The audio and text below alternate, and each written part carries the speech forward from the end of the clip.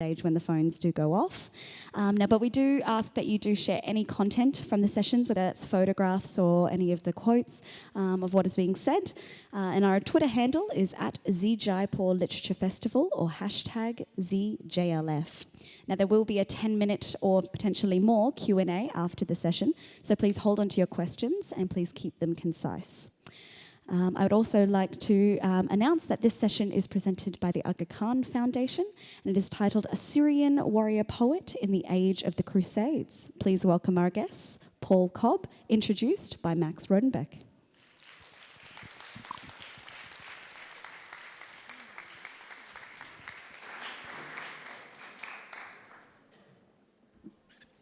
Good morning. I'm Max Rodenbeck, which means that this must be Paul Cobb. Because there are only two of us. Paul is an extremely distinguished professor of Islamic history, particularly medieval Islamic history at the University of Pennsylvania in Philadelphia in the US. And he does some of the most fascinating research into medieval Islam and has done some really pioneering research into some of the documents that have been unexplored by other scholars, and is the author of numerous books. His most recent book, which is called The Race for Paradise, is, as he describes it, it's about the Crusades, between the wars between the world of Islam and the world of Christendom, but in a much broader context than they're usually looked at, I think, and also very much from the Muslim perspective, using Islamic sources almost exclusively for his work. As he describes it, it's about the focus is about how Muslims managed what he calls their Frankish problem, which is an interesting way of looking at this. So it's very much from the Muslim perspective, and it's unusual for a Western scholar to so much adopt a Muslim perspective to see how this crucial era looked from their side of things. One of his earlier books is a translation of a pretty marvelous autobiography, which is an unusual form of book for the medieval period. The autobiography of a very unusual and extraordinary man who was a Syrian sort of knight, minor aristocrat of the 12th century, who had an extraordinarily long life, lived to the age of 94 years old, and was a participant in many phases of the Crusades as a warrior, but was also a poet and writer, an extremely erudite man with a quite dramatic life. And I'm particularly fond of this fellow. His name is Osama ibn Munqidh, because when I wrote a book about Cairo several years ago, the city of Cairo, and looking into the medieval period, it was wonderful to find suddenly emerging from musty historical texts, suddenly that you get a very, very personal view with a very amusing, he had a wonderful sense of humor, among other things. So he picks out some sort of tactile details that really brought the history to life. So I'm very happy to present Paul, and I think you're going to start with some readings, or you'll be giving some readings from Osama's autobiography. Right, I'll hand it over to you.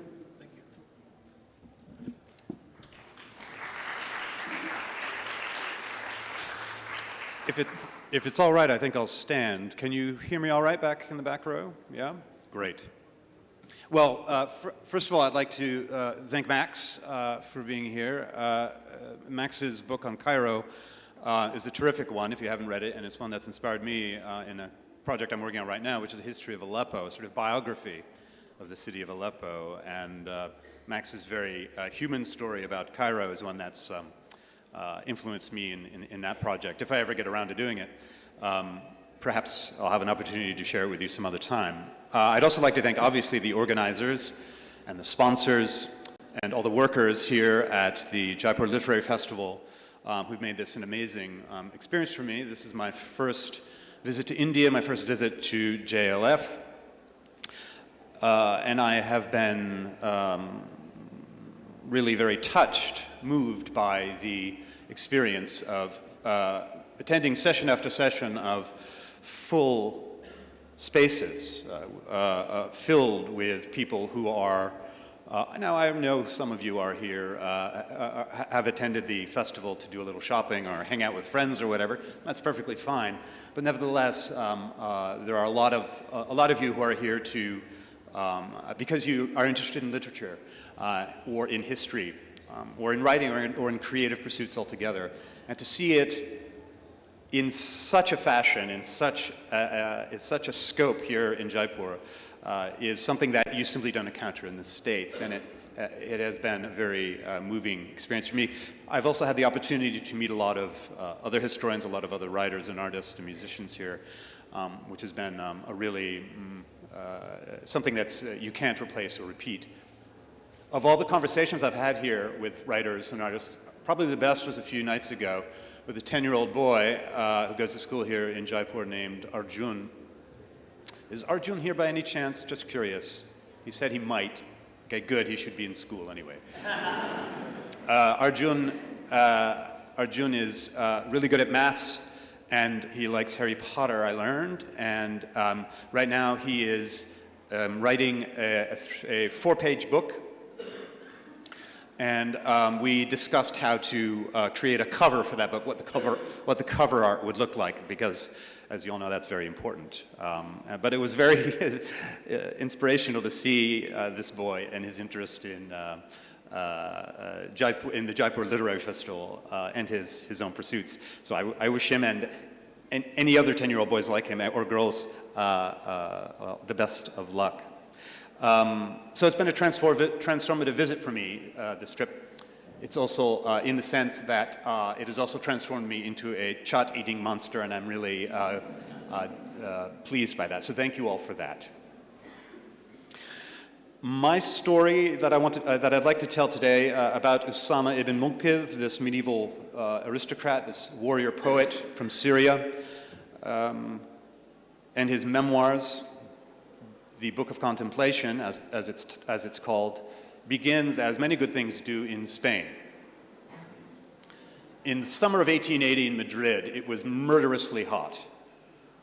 There had never been a heat wave like it. People were dropping dead like flies in the street. The Spanish royal family had fled the city to cooler climates in the mountains. And a portly Alsatian Arabist with the portly Alsatian name of Hartwig d'Arenberg. Next slide, please. We'll get a look at this man. Next, please. Next. And again. You get used to this. And again.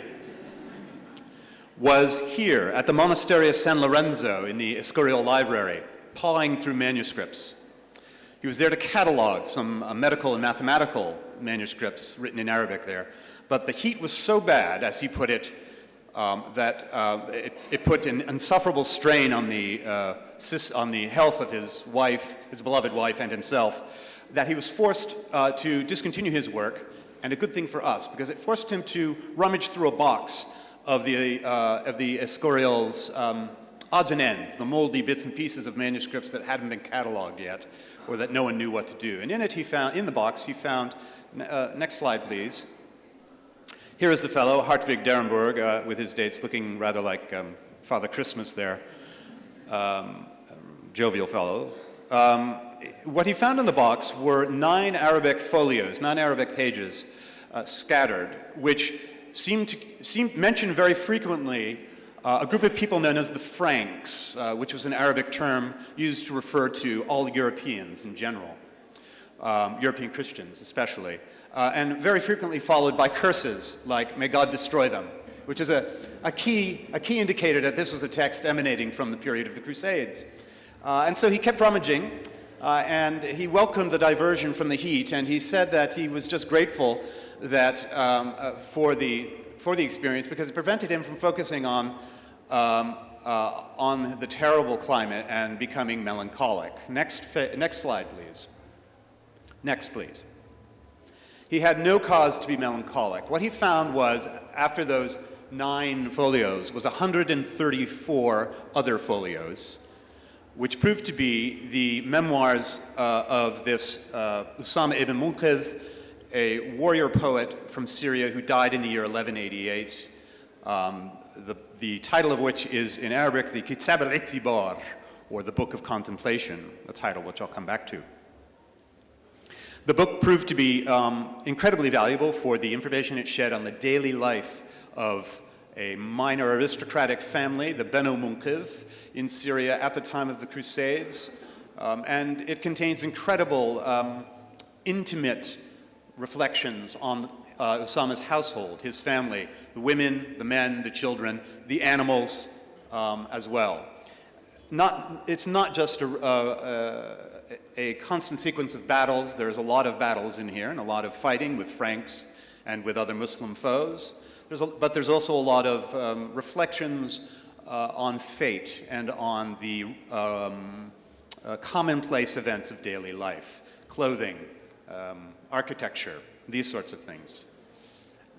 It is an unusually intimate and rich source for understanding how Muslims lived at the time of the Crusades. And it became immediately very popular amongst Crusades historians for that information. It was translated in many languages, and including into English in the 1920s by a fellow named Philip Hitti at Princeton.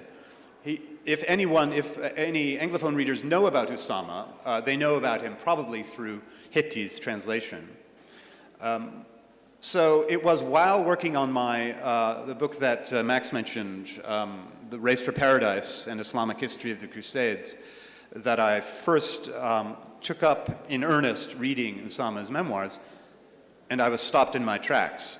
I first started research on that project in 2008, and I only published the book in 2014 because, amongst other things, I was smitten by Usama's writings and what he could tell us about the world of medieval Islam. What I also discovered is that Hitti's translation had let us down in many significant ways. I'm happy to talk about that later.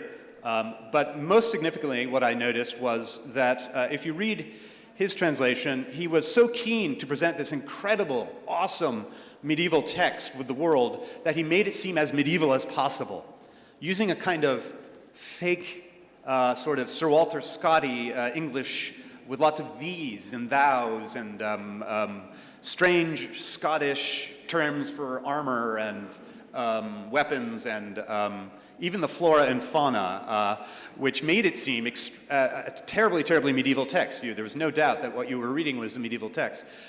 But my point as a translator, my contribution, I hope, with my new translation, one of them is that was actually absolutely the wrong way to go. Because if there's anything that distinguishes Usama's memoirs, is that they're incredibly chatty. It's as if you're sitting down with the old man by the fire and listening to him recount tales left and right, with lots of digressions about his childhood, about his battles, about his poetry, about hunting expeditions, miracle stories, good recipes for cures for the common cold, for example, all manner of things. And he does so in a very colloquial and chatty fashion. So it was a startlingly contemporary text when he wrote it in the 1170s. So to make it seem medieval was the wrong way to go. So what I chose to do was to write it in a very chatty, colloquial fashion to preserve that intimate quality of the text. What I found is that it made for an ideal guide to the world that Usama lived in. Next slide, please.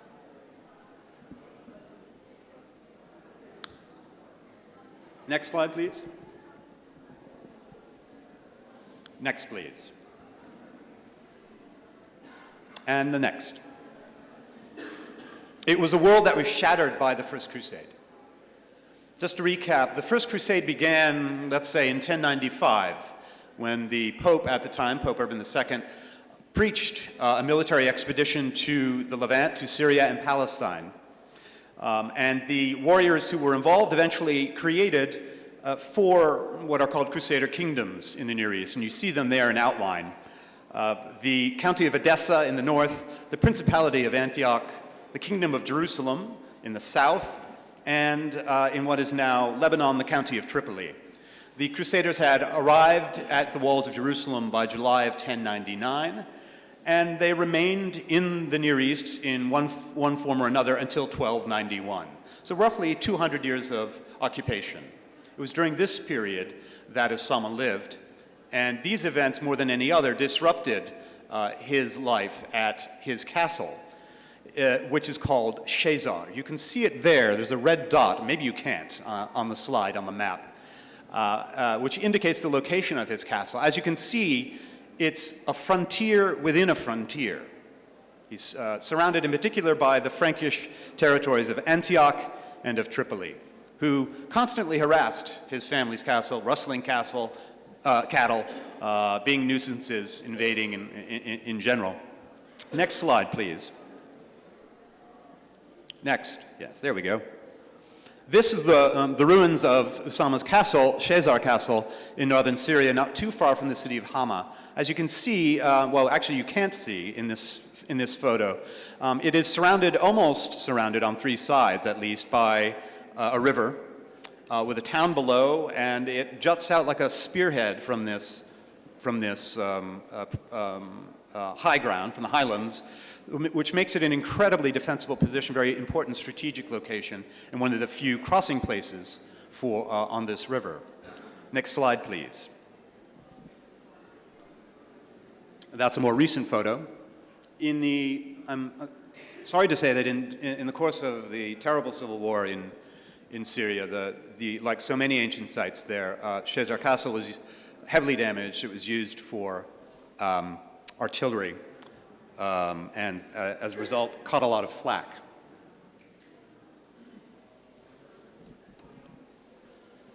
Usama himself only lived at the castle until he was 36. So, well, you know, like a lot of men, he, you know, lived with his mom until his mid-30s, until his uncle exiled him. His father had died, and his uncle decided to seize power and wanted none of Usama or his brothers around to contest him. So he exiled him and his brothers. And Usama sought employment at some of the local rulers within Syria. He had an incredible set of skills for a warrior of his time. Great poise, refinement. He was a warrior, a poet, a diplomat, as well as an aristocrat who brought a certain sheen to every court that he went to. So he went first to the court of the warlord Zengi, who ruled in what is now northern Iraq, in Mosul and Aleppo, and then sought employment in the court of the rulers of Damascus, where he tried himself to stage, it seems he was involved in a coup attempt there and had to, he brushes aside these events and only mentions that things became difficult in Damascus, so he had to flee to the court of the Fatimid rulers of Egypt in Cairo, where he had a brief and very successful career until once again he got involved in an attempted coup, very bloody situation where he was forced to flee in the night to the court of Nur ad-Din, the ruler of Damascus, during the early Crusades, who he served for many years as a diplomat. It was when he was fleeing Egypt in the sort of disastrous circumstances that he found himself in that he had managed to pack a ship full of his belongings from Egypt to sail up the Syrian coast, but it was attacked by Franks and shipwrecked. And he took it in stride, except for one aspect of that disaster. He says, "The news that my children and my brother's children and our women were safe made it easier to take the news about all the wealth that was lost. Except, that is, for my books. They totaled 4,000 bound volumes of the most precious tomes. Their loss was for me a heartache that lasted all my life." So this is a man of great learning who had, in a moment's notice, in a twist of fate, had lost his entire library. And then it just got worse. In 1157, there was an earthquake in northern Syria that destroyed Frankish and Muslim cities and towns alike, including Shezar, where his family, except for himself, who he happened to be in Damascus at the time, the rest of his family happened to be celebrating the circumcision of one of his cousins in the great hall of his castle during this earthquake, and it collapsed on them and killed almost everyone in one swoop. So from then on, he was one of one or two survivors of this once great family that seemed to be a victim of fate at every turn.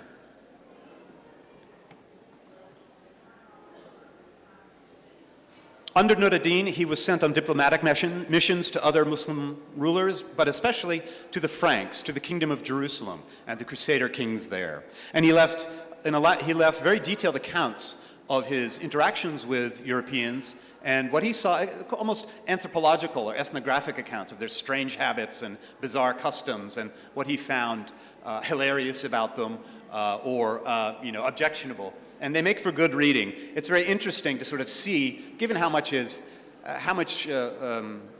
discourse there is in the West about Muslims and about Islam and Islamic history, it's quite interesting to turn the tables, to read Usama and to see how Europeans held up from the Muslim point of view. When Nur ad-Din died, Nur ad-Din's employee, a young warrior named Saladin, took power, and Usama worked under Saladin in Damascus as well. Saladin was the great reconqueror of Jerusalem from the Crusaders, the great foe of the Crusaders who managed to really set the Franks on their way out of the Near East, although he did not entirely accomplish it. But he did reconquer Jerusalem in 1187. And during his time with Saladin, Usama wrote most of his works for which he's famous. He wrote his memoirs, which I'll talk about in a minute and share with you. He wrote a book of etiquette, of how to be a refined person, which includes things like how to keep secrets, how to quote poetry at just the right moment, how to hunt well, how to listen with feigned interest, as many of you might be doing right now. He also wrote his diwan, his collection of poetry, which was said to be a favorite of Saladin's. But his specialty was the topical anthology, which is a sort of bizarre collections of seemingly random topics around one subject.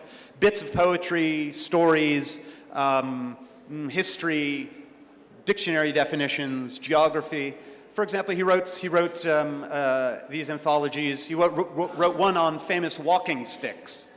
You may well be wondering how many there could possibly be, but he managed somehow to fill out a volume devoted to walking sticks. And it's a fabulous, wonderfully entertaining book.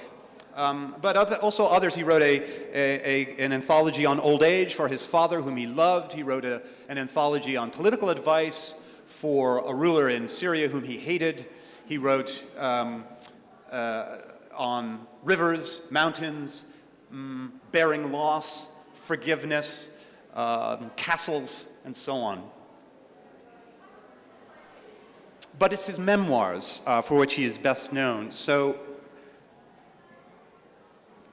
I'd like to talk a little bit about the Kitab al-Itibar, if I may. Usama died in 1188, just a few months after his lord Saladin had reconquered Jerusalem.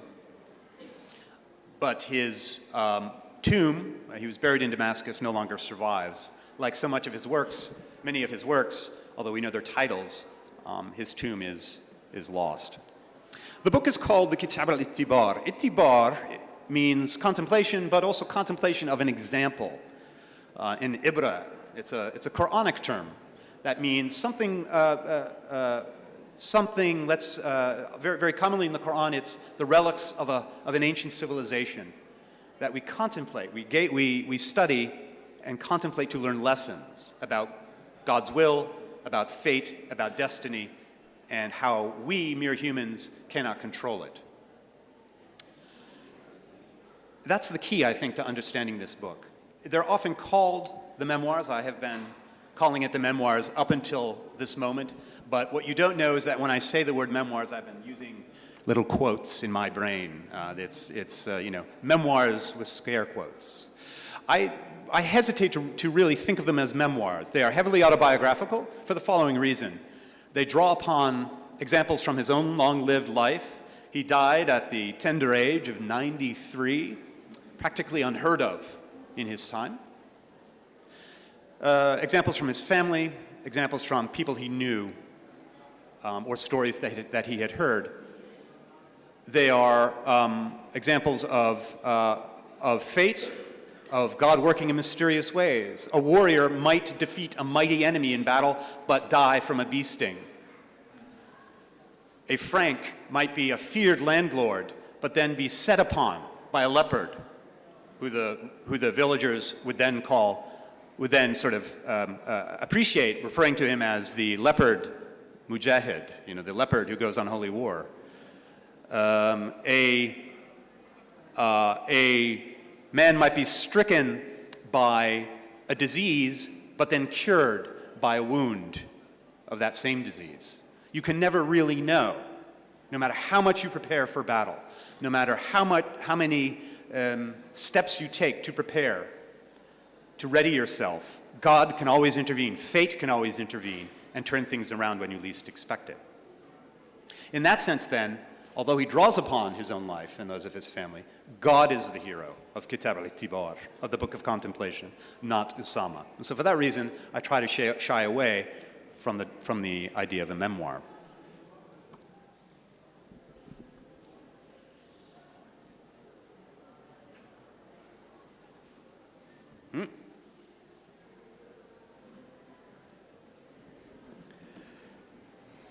So what is the book about then? What is the book? I'm not exactly sure, having translated it and studied it for a long time, to be honest. It's an unusual book. I think it's, in a way, a kind of devotional book, meant to focus our attention on how God can intervene in our lives, how we, mere mortals, can always be undone by a twist of fate. It's a good warning, especially from someone as experienced in life as Usama was. I think, though, it has a lot to do with his son, who comes up once or twice in the book. At the time when he wrote it, his son, Murhaf, was a prized commander working for Saladin. And it seems to me that this was Usama's last chance to remind Saladin of his worth as a courtier, to promote his son, and by extension, and to remind Saladin of the virtues that his son embodied. Which brings us back to that manuscript. Could I have the next slide, please? And the next. And the next. And one more.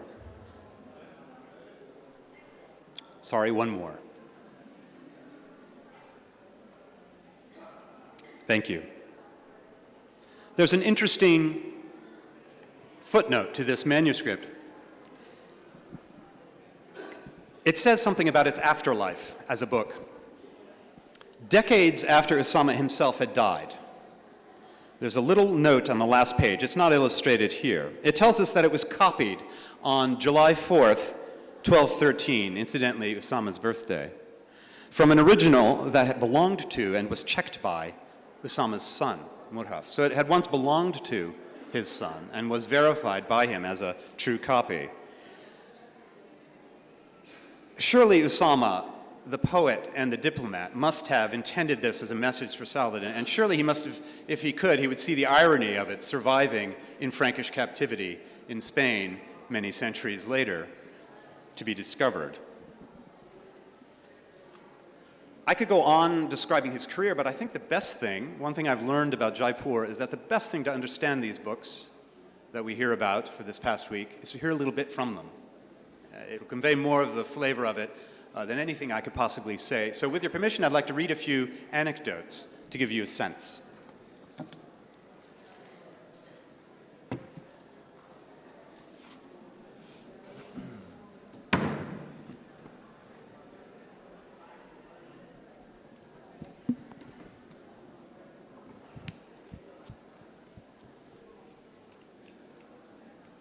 If Usama's famous for anything, if this book is famous for anything, it's for providing this slightly hilarious Muslim account of the Franks, of the Europeans, and how odd they must have seemed, these interlopers into the Middle East.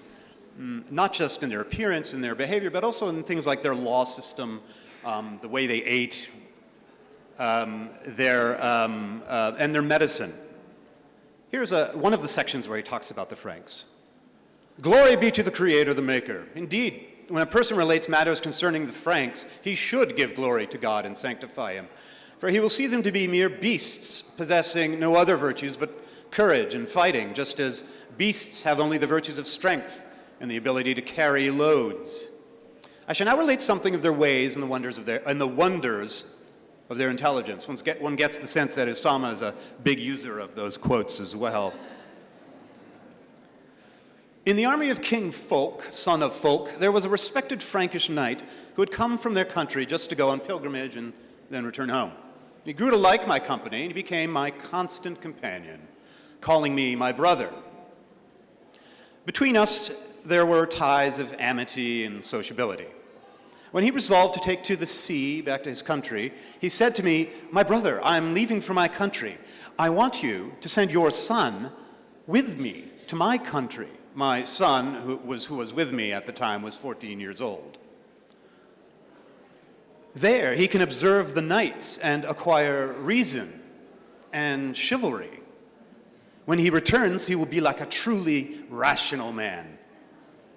And so there fell upon me words that would never come from a truly rational head. For even if my son were taken captive, his captivity wouldn't bring so much affliction as any voyage he might take to the land of the Franks. So I said, "By my life, I was hoping for this very thing. But the only thing that has prevented me from doing so," here he's sort of, backpedaling, dodging this bullet as diplomatically as he can, "is the fact that his grandmother adores him so much, and I had almost didn't allow him to come here, and I promised her that I would bring him back to her." "Ah," the Frank said, "your mother, is she still alive?" "Yes," I replied, and made my way home. Here's an example of the marvelous nature of again, in quotes, the marvelous nature of their medicine. The Lord of Al-Munaytira wrote to me, this is a village in the Lebanon mountains, wrote to my uncle to request that he send him a physician to treat some of his companions who were ill. So my uncle sent him a native Christian physician called Thabit. He was barely gone 10 days when he returned to Shazar. So he said to him, "My, you've healed your patients very quickly." He explained, "They brought before me a knight in whose leg an abscess had formed, and a woman who was stricken with a dryness of humors. In medical practice at the time, it was believed that people existed in a state of balance between heat and cold, dryness and wetness. Disease was caused by an imbalance. So I made a small poultice for the knight, and the abscess opened up, and he was healed. For the woman, I prescribed a special diet and increased the wetness of her humors. Then a Frankish physician came to them and said, 'This fellow don't know how to treat them.' He then said to the knight, 'Which would you like better, living with one leg or dying with both?' 'Living with one leg,' replied the knight. The physician then said, and I hope you never hear this coming from the mouths of any of your doctors. May this never happen to any of us. 'Bring me a strong knife.'"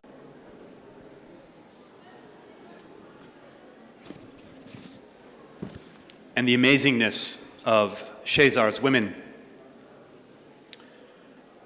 The villagers at Shazar were mostly Christians, and the lords, that is Usama's family, often celebrated their festivals, such as Easter, with them. On one such occasion, all of the men of the castle went out to celebrate the Easter festival in the village down below. You may remember from the photograph earlier that the town was below, outside the walls of the castle. So the castle was empty of men, except for one, Usama's cousin, Shabib. On that day, the leader of the enemy, I should have mentioned this, the castle was then invaded by Muslim foes. On that day, the leader of the enemy, Alwan ibn Harar, and my cousin Shabib, may God have mercy upon him, encountered one another in the citadel. Shabib was the same age as me. We were both born on the same day, Sunday, in the year 488, though he had not seen battle prior to that day, whereas I had become a master. Usama is rather fond of himself. Alwan wanted to put, that is, the enemy leader, wanted to put Shabib under his obligation, so he said to him, "Go back to your home, carry off whatever you can and get out of here. You won't be killed. We've already taken the castle. So Shabib returned to his house and said, if anyone has any valuable things, give them to me. He said this to his aunt and his uncle's women. Every one of them gave him something. As he was doing this, a figure suddenly entered the house, wearing a mail breastplate and a helmet, with a sword and a shield. When Shabib turned and saw this figure, he felt certain of death. The figure threw off its helmet, and behold, it was his aunt, the mother of his cousin, Yahya. May God have mercy upon him. What is it you're intending to do? She asked him. I'm taking whatever I can carry, and then I'll climb down from the castle on a rope and go and make my way in the world, he replied. What a wicked thing you are doing. You would leave the daughters of your uncle and the rest of your household in the hands of these peasants and just take off? What sort of life would you be living, brought to shame in the eyes of your family and fleeing from them? Get out there and fight for your family until you're killed in their midst. May God do something with you and do it to you again. So even Osama may be the first to record the mightiness of aunties in all of history. And so she, may God have mercy upon her, prevented him from fleeing, and after that Shabib became one of our most noted warriors.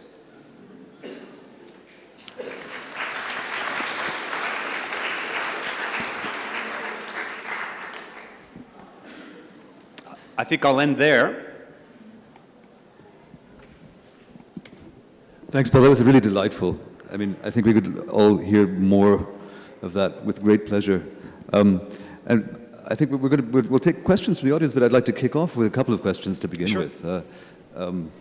If we can widen the talk away from Osama himself, if you don't mind, I'm happy to go back to that as well. But about the overall context of the Crusades. And I think one of the things that's interesting about your work is that you've tried to look at a broader perspective on the Crusades, aside from simply being these numbered invasions, right. 1, 2, 3, etc., of the Muslim world by the Frankish world. But you've tried to look at a sort of broader time frame of this sort of a millennial clash between Islam and the Western world. So I've just a really dumb, simple question. I mean, when do the Crusades start, and when do they end, and are they over yet? Right. Well, it's true. I mean, that's a very good question, and something I attempt to tackle in Race for Paradise. But what I found while doing the research for that book is one is overcome by a sense of almost travel sickness or shifting of perspectives. On the one hand, sometimes you start out sitting in a sort of fireside chat with Osama, hearing all these anecdotes as if you're, sitting with William Dalrymple, hearing wonderful stories and being terribly entertained. And then the next, you're reading these sort of global scale events of invasions halfway around the Islamic world that seem to impact his life. Picking the right scale to tell that story it was a challenge. And my goal with the book was simply to let the Muslim sources speak for themselves. Muslim voices had been excluded so much from this story that I wanted really to sort of fade into the background. And the perspective that they offer is one that is larger chronologically and geographically. That is, unlike the Christian sources, Muslim accounts don't perceive the Crusades as anything new or significant. They are simply the last in a long series of Frankish invasions of Islamic world that began much earlier than 1095 with the First Crusade, and included invasions in other areas like Spain, Sicily, North Africa, the Mediterranean islands, before even getting to Jerusalem and Syria and Palestine. So that's why I sort of shy away from, that's why I would say that the story is a bigger one, in the sense they're dealing not just with the Crusades in the classic sense of the tale, but also, but rather with a Frankish problem that needed to be managed in a number of ways. Through military encounters, certainly, that's a familiar story, but also in ways that aren't as well reported. For example, through diplomacy, Muslim diplomacy, through commercial treaties, through friendships. You will recall Osama indicated that he had friendships with Franks all the time, and to highlight the diversity of Muslim responses to the Frankish invasions, to the wars of Frankish aggression. because I wanted to convey the sense that, jihad is not the default mode for Muslims responding to invasion. It's simply one in a menu of options that were available.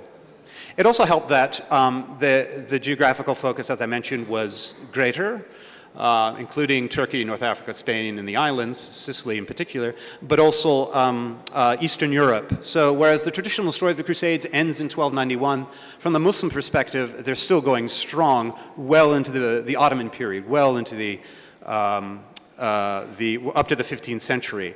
I somewhat randomly chose to end it in 1492, by which time Constantinople, the center of Greek Christianity, had been taken by the Turks in 1453, and the last Muslim rulers in Spain had been ousted by the Christians of Spain, so that all the players, all the chess pieces on the board had more or less been cleared by 1492.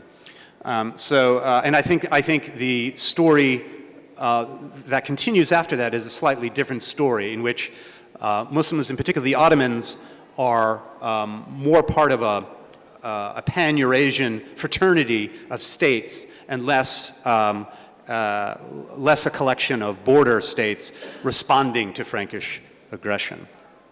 Well, we look forward to book 2, which covers 1492 to the present of your work. I'm on it. Right. Another little question is, I was intrigued by the title of your more recent book, The Race for Paradise. What inspired that title, and what does it refer to, Race for Paradise? Well, as I said, I was keen to promote, to boost Muslim voices from the region, and whenever possible in the chapter titles and within the book itself, to include a lot of quotations, a lot of allusions to the actual sources themselves. I wanted the book to provide a kind of guide to non-specialist readers who might not be aware of the very rich and, I think, wonderful world of medieval Arabic literature that's out there, that's relevant to this question. But the title itself comes from, short answer, from a medieval Arabic chronicle, which referred to the Frankish defeat during the Third Crusade, in which one of Saladin's ministers says that if the Franks had been more disciplined, they would have beaten us, they would have overtaken us in this race for paradise. So it's clear that this Muslim minister observed these events, knew these events as a kind of competition. And I like the model of a race because it suggests, rather than, a clash of civilizations, it suggests parallel tracks of two sides running together, sharing a common goal as well. And there might be obstacles along the way, but nevertheless, eventually both sides would get to the end with only one winner. I think you'd be happy to open up to the audience? Oh, I'd be delighted, yes. Oh, lots of questions, great. All right, if I take the questions? All right. Yes, in the front, please. Hi, I'm Anjum from Calcutta. Just was very intrigued by the illustrations you showed us so briefly. Yes. So were they there in the original or the copied version, or which period do they belong to? Thank you for that question. Usama's manuscript is not illustrated.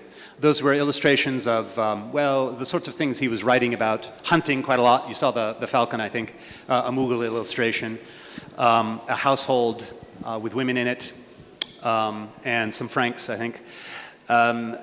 Those were simply to provide you with something to look at other than me during the course of my talk. So unfortunately, it's not illustrated.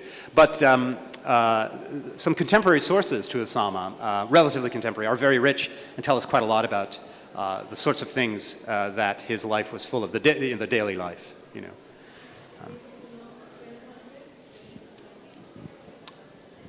Well, they weren't part of part of the manuscript itself. They would have been from other sources. Yeah. Could you right next door? Seems convenient. And then you, sir. Never fear. Two or three very short questions. One is just piggybacking on what Max asked you. What was the cause of the crusade? I can't remember. I knew it once upon a time. So that's number one. Mm-hmm. What triggered the West to do the crusades? Mm-hmm. Number two is you mentioned the Christians who lived in the town. Yes. So what is the history of the Christians who lived in that area, and what was the attitude of the Muslim to the local Christian as opposed to the Frankish one? And the last question, to what extent do the fault lines created by the Crusade lead to what we see today? Good. 3 very brief and cosmically encyclopedic questions. So, okay, this is a bit like a quiz show. Very briefly, the causes of the First Crusade were rooted in many things. A sense amongst Christians, perhaps, particularly outside the church, that the apocalypse, the end of time, was coming, and so that Christians needed to make their way to Jerusalem. But more importantly, I think a sense among a cadre of popes involved in reforming the church, popes and monks and clerics in the West, that the Pope needed to be able to demonstrate his power vis-a-vis secular lords, kings and princes and so on. And the Crusade, involving the Pope directly or indirectly commanding armies to march for him, was a very clear indication of that, in which secular lords became vassals, at least symbolically, of the church and servants of the church in this armed pilgrimage to the East. Those are 2 of the most prominent causes. Regarding Christians in the Near East, particularly the Christians of Shazar, these were Christian communities that had existed in Syria since ancient times. And of course, in Islamic law, Christians and Jews were accorded protected status as long as they paid an extra tax. What's interesting to me is that, of course, Christians were very familiar to Osama in his world. He encountered Christians all the time in the village below his town and in the travels that he made, and Jews as well. The Franks were Christians too, so that he didn't have problems with them because they were Christians. He had problems with them and he didn't have problems with them because they were barbarians either. I mean, there were barbarian sort of uncitied people, nomads in his world as well that he was used to. But they were a double threat in the sense that they were nomads they were barbarians who refused to become civilized from his point of view, to adopt Islamic culture mostly, and they were Christians who refused to accept this protected status, to become subject to Islamic law. So it was extremely frustrating, I think, to a lot of Muslims, particularly observant Muslims like Osama. That, for him, the model of a good Christian was one who was a member of Islamic society. Absolutely. Absolutely, yes. Yes, in fact. Yes. So the third question was about today. So undoubtedly, many of you will be aware that the concept of crusade gets used a lot in political speech today in the Middle East and in the West as sort of a shorthand for the perceived struggle that is happening between the Islamic world in the West or the Islamic and Christian world. One of the things that I really try to stress in the last chapter of The Race for Paradise is how this is really a modern conceit. That is, there's no organic relationship between this perceived conflict that we see today and that of the Middle Ages. The goals and motives are entirely different. I think medieval people, Franks or Muslims would have found the motives of contemporary war, nationalism, ideologies, economicals, to be sick, frankly. And they went to war for their motives in the Middle Ages, not ours.